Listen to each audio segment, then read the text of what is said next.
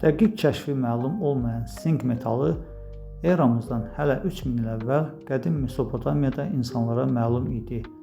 Eramızdan 2000 il əvvəl isə Hindistanda bu metaldan tunc ərintisinin hazırlanmasında istifadə olunurdu. Avropalılar bu metal ilə daha müasir dövrdə tanış olmuşdular. Metalın adının mənası bəzi mənbələrdə Alman mənşəli olub, mənası diş çıxıntı deməkdir. Bu onunla bağlıdır ki, metal əridikdə sivri forma əldə edir. Digər mənbələrdə isə metalın adının mənası fars mənşəli olub, mənası daş deməkdir.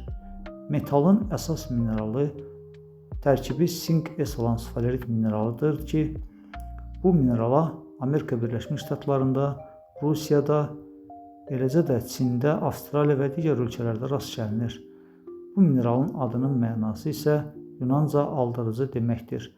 Bu onunla bağlıdır ki, əslində ağ rəngdə olan bu minerala müxtəlif qarışıqlar qarışdığına görə müxtəlif rənglərdə rast gəlinir ki, o da onun başqa minerallarla qarışdırılmasına səbəb olur.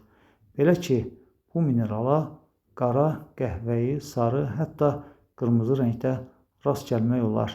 Bu mineraldan əsasən sink metalının alınmasında sulfat turşusu istehsalında tətbiq olunur. Həmçinin mineral işıq şüası düşdükdə fluoresensiya xassəsinə malikdir. Maraqlı məlumatların davamı üçün kanalımıza abunə olub videoları bəyənməyi unutmayın.